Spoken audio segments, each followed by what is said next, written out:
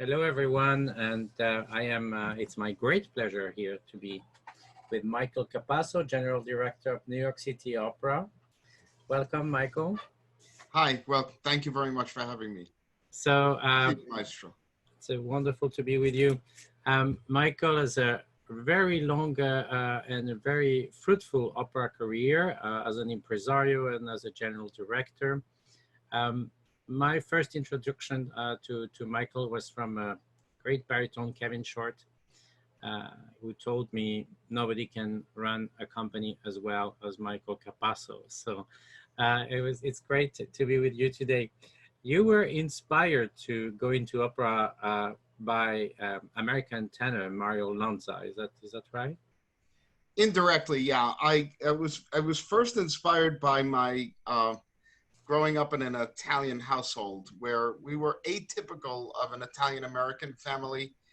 My family, we spoke Italian in the house, and my family did not want to Americanize at all. Most Italian American families were the opposite. Mine was not. They kept very, very strong hold on the Italian culture. And there was constantly Italian music playing in the house, but it was never opera.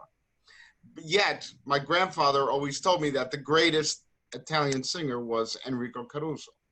So I went to the library and I got a book when I was about 7 years old by Francis Robinson, which was Caruso's Life in Pictures, which was easy for me to digest as a young person. And so I even if I couldn't read all of it, I could see the pictures and these amazing pictures of Caruso in these costumes and whatnot. And so the next thing I did was watch the Mario Lanza film, The Great Caruso, which had nothing really to do with Caruso's life. It was completely fictitious. But I was overwhelmed by the sound of his voice. And so I then wanted to go to the opera, and I proceeded to, over the next 10 years, read everything I could about either Caruso, opera, Mario Lanza, listen to every recording of all of them, and just really I became enthralled with the idea and fascinated by opera.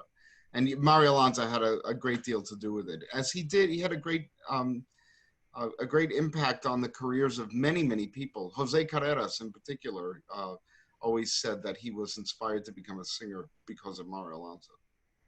Fantastic. And so Mario Lanza, Caruso, and then Puccini are three of your passions that I would like to get into today.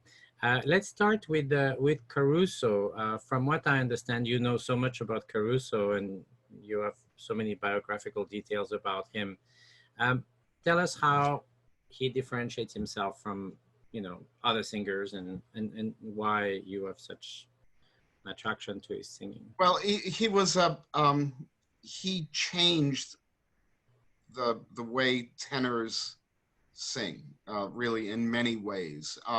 It was a full-throated delivery, a darker sound, and he was quite a fascinating character. He was famous he was born into poverty.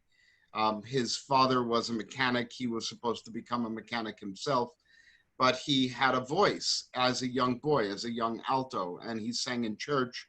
And he used to make money singing to serenade young women for older men.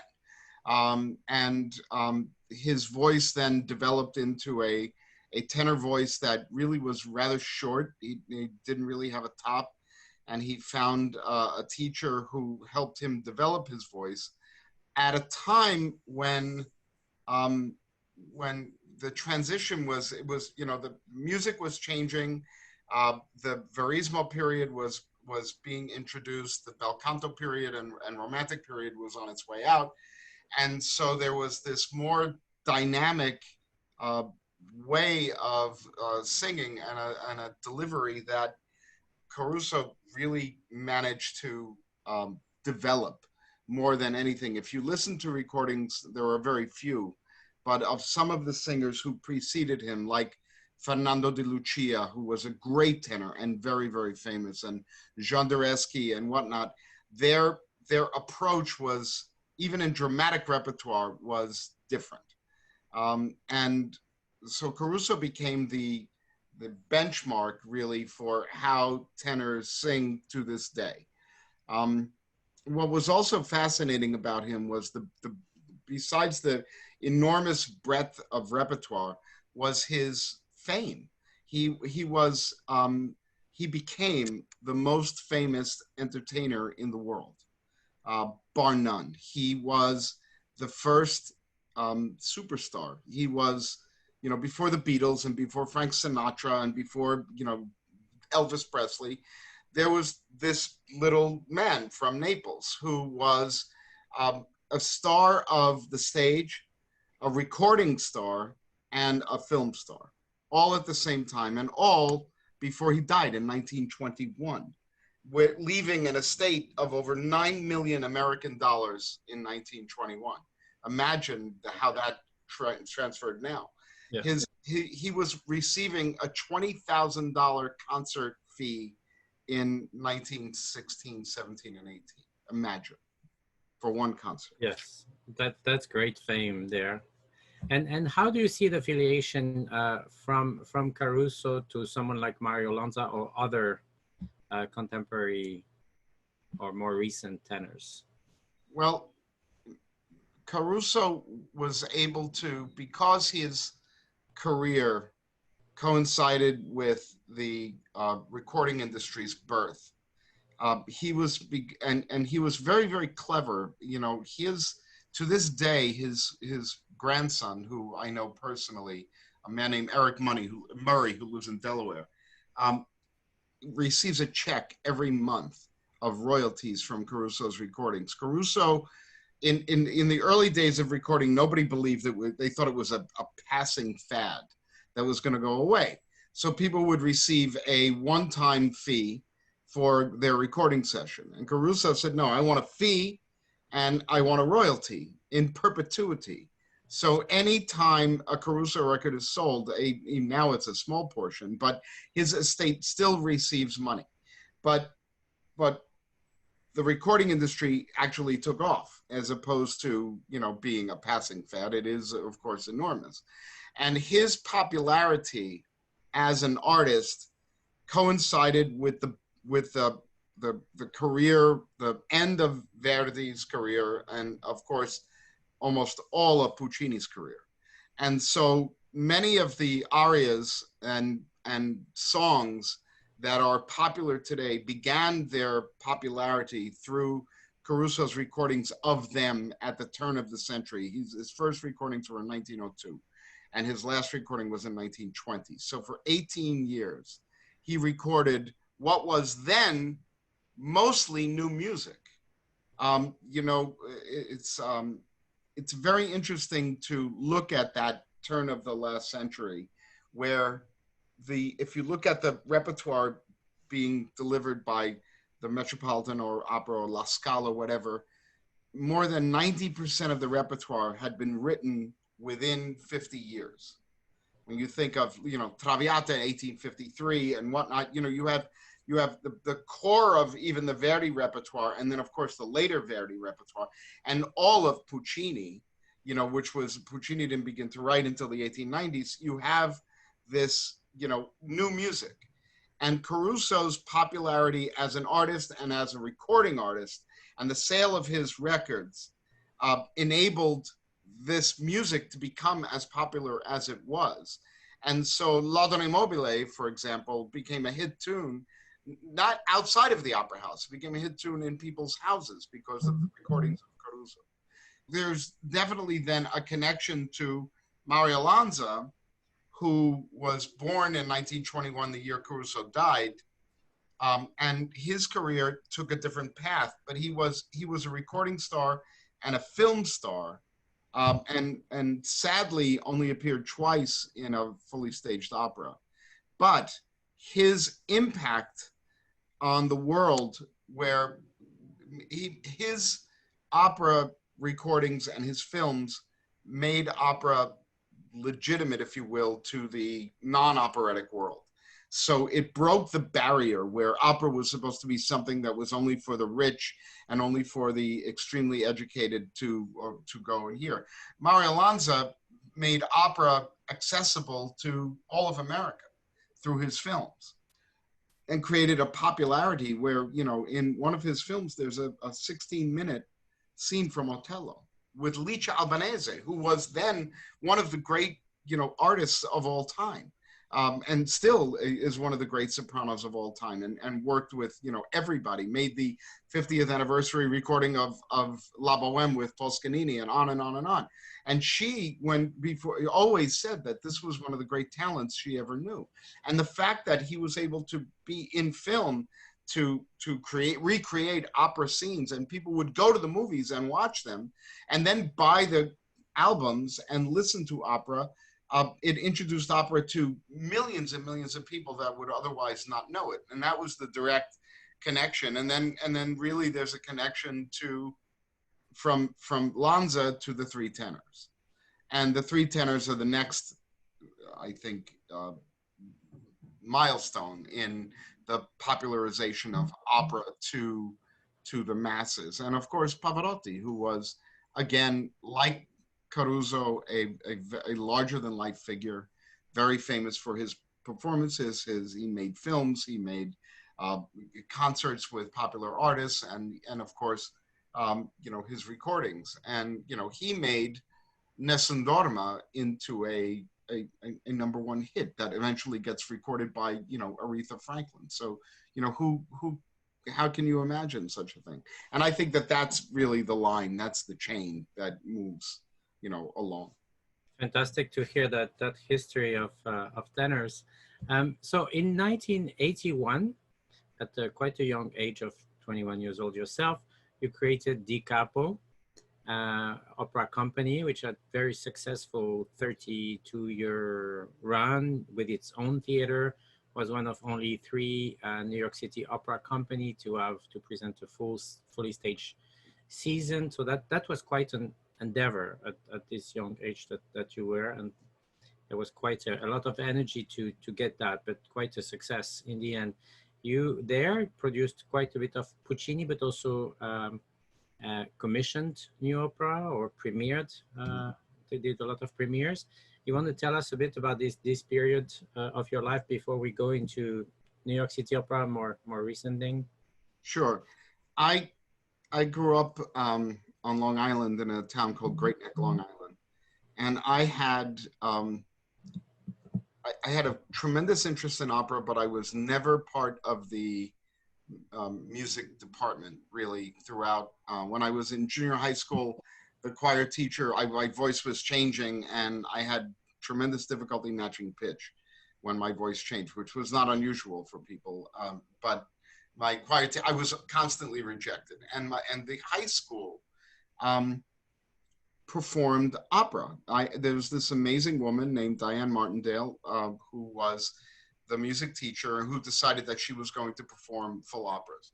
When I was in the 7th grade, the junior high school choir was invited to participate in the second act of La Boheme they were producing. And there were auditions for the solo of Voglio trombone cavallin, and I was ready. I had seen La Boheme, you know, many, many times. I had the recording. I knew that I was going to get this solo. And all of the kids were going down the line, and I wasn't even allowed to audition because I was infuriated. I was allowed to be in the children's chorus, which of course I knew, and it was in English, which was horrified me. But because the line "want a trumpet and a horse," and it was, oh, God, it made me crazy. But anyway, we were when I did that, when I was in that performance, I invited, because I had written to Francis Robinson, the man who wrote the Caruso biography, and he was the assistant general manager of the Metropolitan Opera under Rudolph Bing. And I invited him to this performance where I was in the children's chorus of La Boheme, and he came. He was a wonderful man. He was a tremendous mentor to me, and he taught me many, many things. And most importantly, he gave me free tickets to the opera all the time, which I went to constantly. When when I went to high school, I didn't join the choir. I wanted no part of anything. And I was, I wore a leather jacket, and I was more interested in cutting class, smoking cigarettes, and chasing cheerleaders than I was in, being in the music department. I had no desire. But they were producing the opera that year. The music teacher, Diane, used to put hints on her wall so the kids could figure out what the opera was. And she put up the first day, the hints were a quack doctor and a love potion. And so I was outside smoking a cigarette, and somebody said, "Oh, the hints for the opera up, nobody can figure it out." And I looked at it and I said, "Oh, it's Elizia d'Amore. That's the simplest thing in the world." And so some kid went inside and said, "This, greaser, like, has figured out that this is what the opera is." And she came out and she said, "What is it?" I said, "Well, of course I know this opera. It's the first opera I ever saw. I know it very, very well." Well, one thing led to another, and I became involved as not so much as a performer, but I became involved in production. And I realized that, if I was going to be a singer and I couldn't be Franco Corelli, wasn't worth it. I could to have a mid-level career just singing in regional opera companies. I wanted to be the greatest tenor, but I thought I had a chance to have a reasonable career as an impresario or as a director. That was something I could achieve. I was never going to be a world-class singer.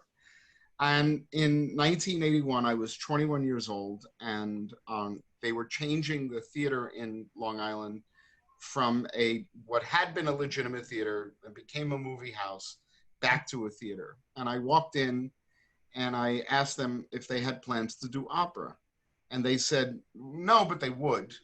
Why? And I said, well, I could produce an opera for you. And so they paid me $8,500 to produce 2 performances of Tosca with orchestra, chorus, and everything. And Diane, I needed somebody to play rehearsals, and she obviously could play, and she could train the chorus. And so Di Capo was a name that she made up, which was the DI was from Diane, and Capo was, Capasso. And she became my business partner from that time, until only, 10 years ago. And we produced this production of Tosca. I convinced Elaine Malbin, who was a very famous soprano in her day, and a recording partner of Mario Lanza, who lived in Great Neck, and she sang Tosca for the first and only time in her career. I had a baritone from the City Opera named Seymour Schwartzman, who was the cantor in a nearby shul in Roslyn, and he was the Scarpia. A young tenor named Arturo Spinetti, who was my close personal friend. And the conductor was the conductor of the Great Neck Symphony Orchestra, whose name was Herbert Grossman. But Herbert Grossman was the pianist who prepared the Falstaff for Toscanini for the recording of Falstaff and the NBC Symphony. And he was the son-in-law of Samuel Shotzenoff. And he had been at one point a conductor of many performances of NBC opera. It was really magic. And I paid these people, $1.49. It was like, let's do a show. And we did it. And I remember, I got the scenery from a company that was going out of business. And I got it for just being able to take it away from their warehouse. And things like that. And I had directed my first opera about a year or maybe 2 before in a little company in Brooklyn. And that was a double bill of Suor Angelica and Cavalleria Rusticana. And the Santuzza was Dolores Zajic. And I cast Dolores Zajic in the first role she had ever sung in an opera in her life. She was still a student in the Manhattan School of Music. Fantastic. Yeah.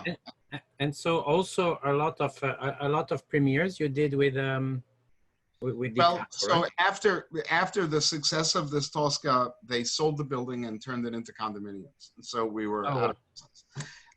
And then we were doing whatever we could, wherever we could, for the next 8 or 9 years, really, in renting a theater when we could, doing a performance, and we were doing a concert in Merkin Hall, and I guess it was 1990 maybe. And there was a girl in the chorus whose name was Karen Greenhut. I'll never forget. And her father was a famous film producer. He was Woody Allen's producer. And her mother was on the board, I think, of this church, Saint Jean Baptiste, on Lexington Avenue and 76th Street.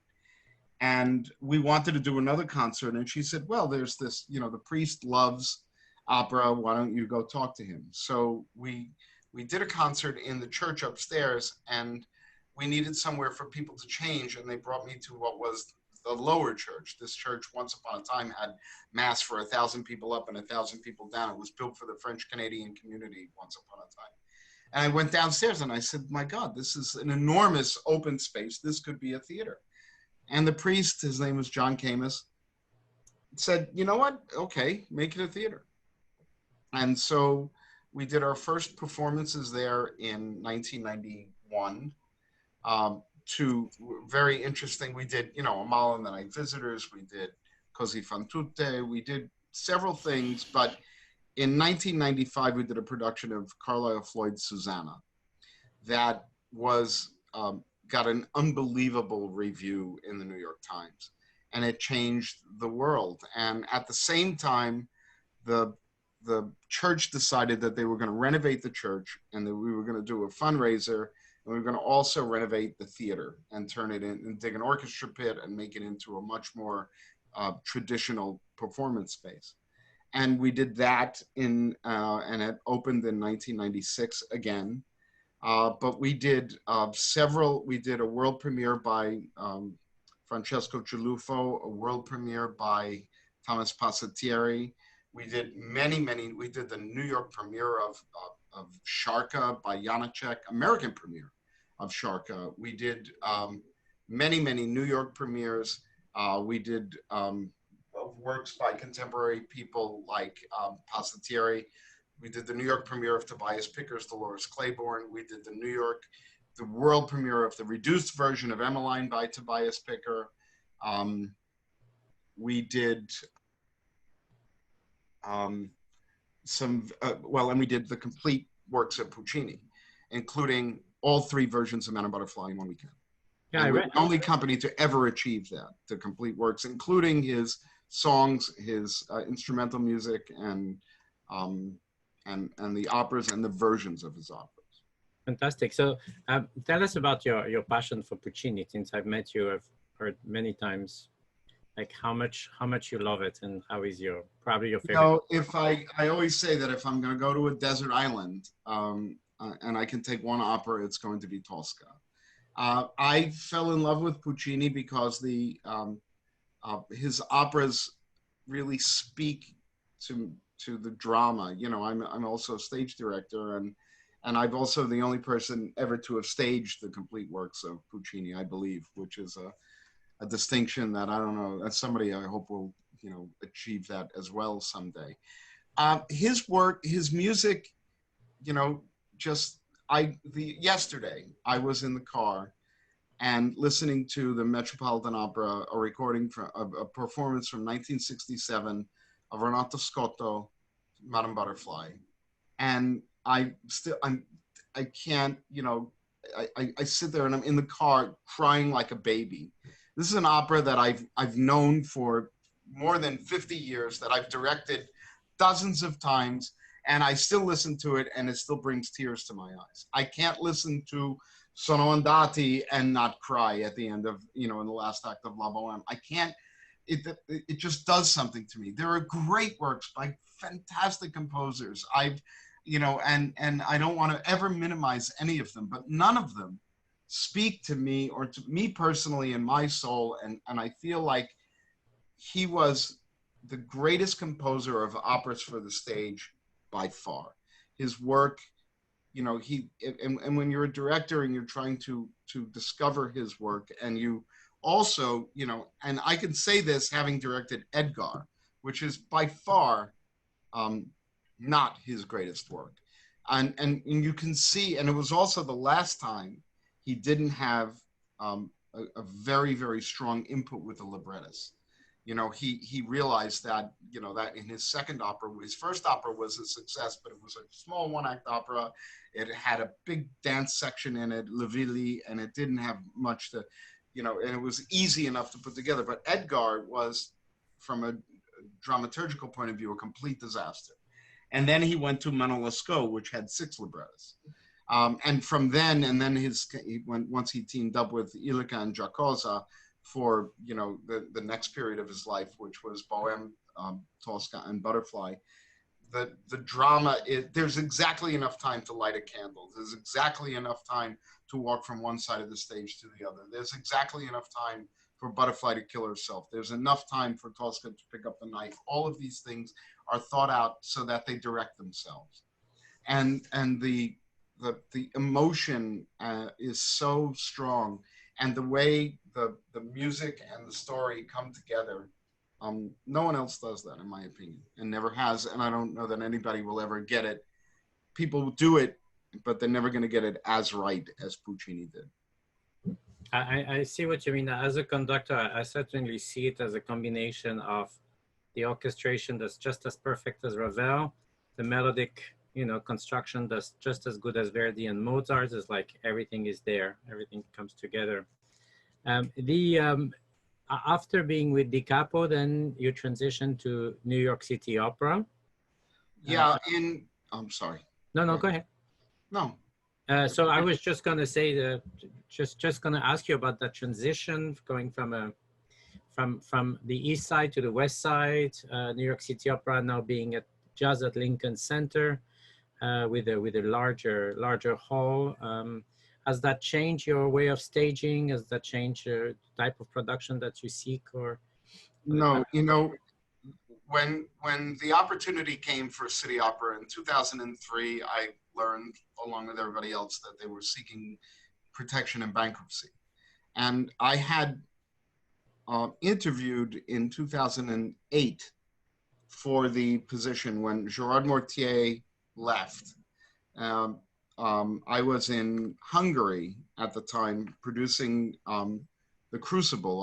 We did many productions. Di Capo did many productions in Hungary that were televised through this very interesting festival. And we did 3 American operas. We did The Crucible, Emmeline, and by Picker, and Robert Ward's The Crucible, Picker's Emmeline, and Passatier's The Seagull, all televised. They were award-winning, and they were telecast on this French channel Mezzo TV. Oh, yes. Millions and millions of people. And I got an email that to do a phone interview for the position of General Director of City Opera, which I did the phone interview, which led to an in-person interview. And they chose George Steele. They didn't like me at all because everything I said was not appreciated about what they could do, especially when they said, we're afraid we only have $27 million budget. We don't think we can produce a season. And I said, I promise you, I can produce an opera season for $27 million.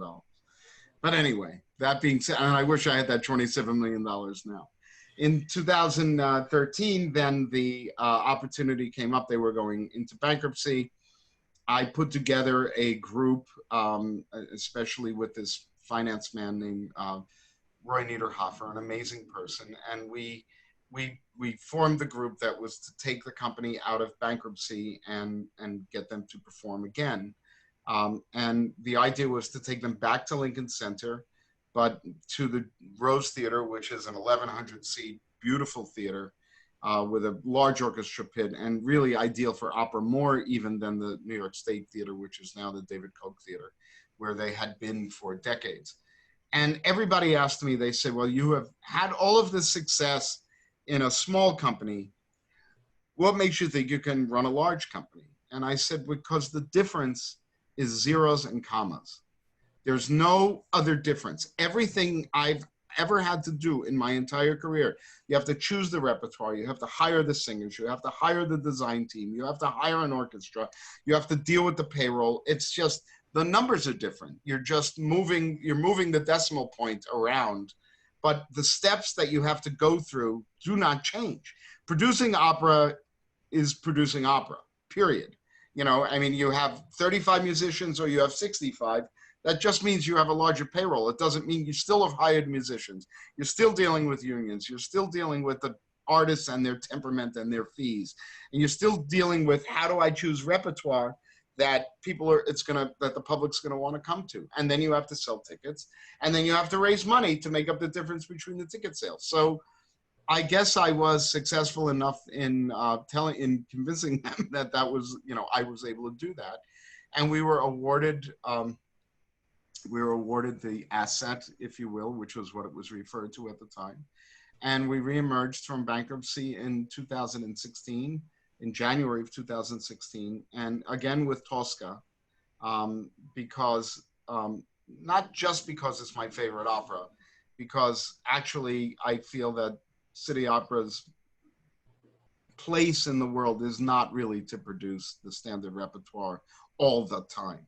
But Tosca was the opera that they began with in 1944, and I felt that it would pay respect to the revitalization, if you will, of the company with a production of Tosca. But since then, we've done very little standard repertoire. We've done a lot of new work and unusual repertoire. Fantastic. And I saw that beautiful Fanciulla del West, I think in 2017 or 18. It was in it might have been in 17 or 18, yeah. Yeah, it was really, really beautiful production. Yeah, the Mid-Atlantic Symphony and New York City Opera are going to collaborate next month at the Freeman Stage in Delaware. We look forward to seeing you there. It's going to be great. We're going to have a bass baritone Kevin Short, which is one of New York City Opera's really, you know, singers. He's a very important artist. When Kevin and I first worked together, I directed him in a Norma production, I think in 1992 or something. Oh, so you guys go back. We go back a long time, and he was the Jack Rance in that production of Fanciulla and many other things we have done together. He's a tremendous artist. Wonderful. And Lisa Chavez, mezzo soprano, who's also a great NYCO artist. Lisa Chavez was a young artist at Di Capo originally. Oh. And I cast her in the young artist program because she could do a split. Because we were doing the Merry Widow and we needed the girls in the can-can to be able to do a split. And that was one of the things that was going to be one of the qualifications. But then in that production of The Crucible that was televised in Hungary, Lisa was the Elizabeth Proctor. Lisa's someone whose career I have championed since the day I met her. And she's grown into a very, very significant artist that I believe is right on the brink of a major career. Wonderful. And we'll have also the young tenor Michael Butler, a student of Kevin Short, and Kristen Sampson, New York City Opera's very own soprano that I had the joy to hear in Fanciulla del West as the title role. And yeah. No, so go ahead, Michael. Oh, no, you go ahead. No, I was just gonna say, you know, she works closely with you in the company as well. Yes, Kristen is. She's another person who I have brought her career along since she was a young artist at Di Capo. I cast her the first time.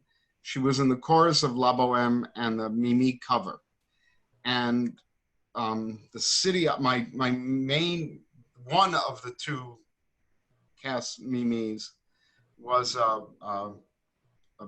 fabulous Chinese soprano named Xu Ying Li, who had sung Butterfly for me in the Brescia production the year before.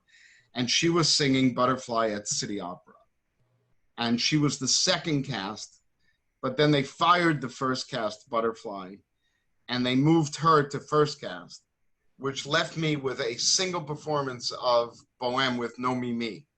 So there was this young girl, and I said, you know what, give it a chance. And I remember Kristen's teacher is Diana Soviero, who's a great personal friend and, of course, an amazing artist. And Diana came and said, "You really going to let this girl sing?" I said, "Why not? And she's got the voice. Somebody's got to, you got to throw them, sometimes you got to throw them in the water. And if they swim, they swim. And if they drown, they drown." This girl was able to swim, and we've come a very, very long way since then. She was the Tosca in our opening production of Tosca. She was the Mimi, and she's very important to me. She also handles many things administratively for me. All singers have a day job. Sometimes her day job involves us. Wonderful. So we will hear her in excerpts from Bohème as Mimi at the Freeman Stage on the 15th. And we look forward to seeing you there as well to do some of the narration and presentation.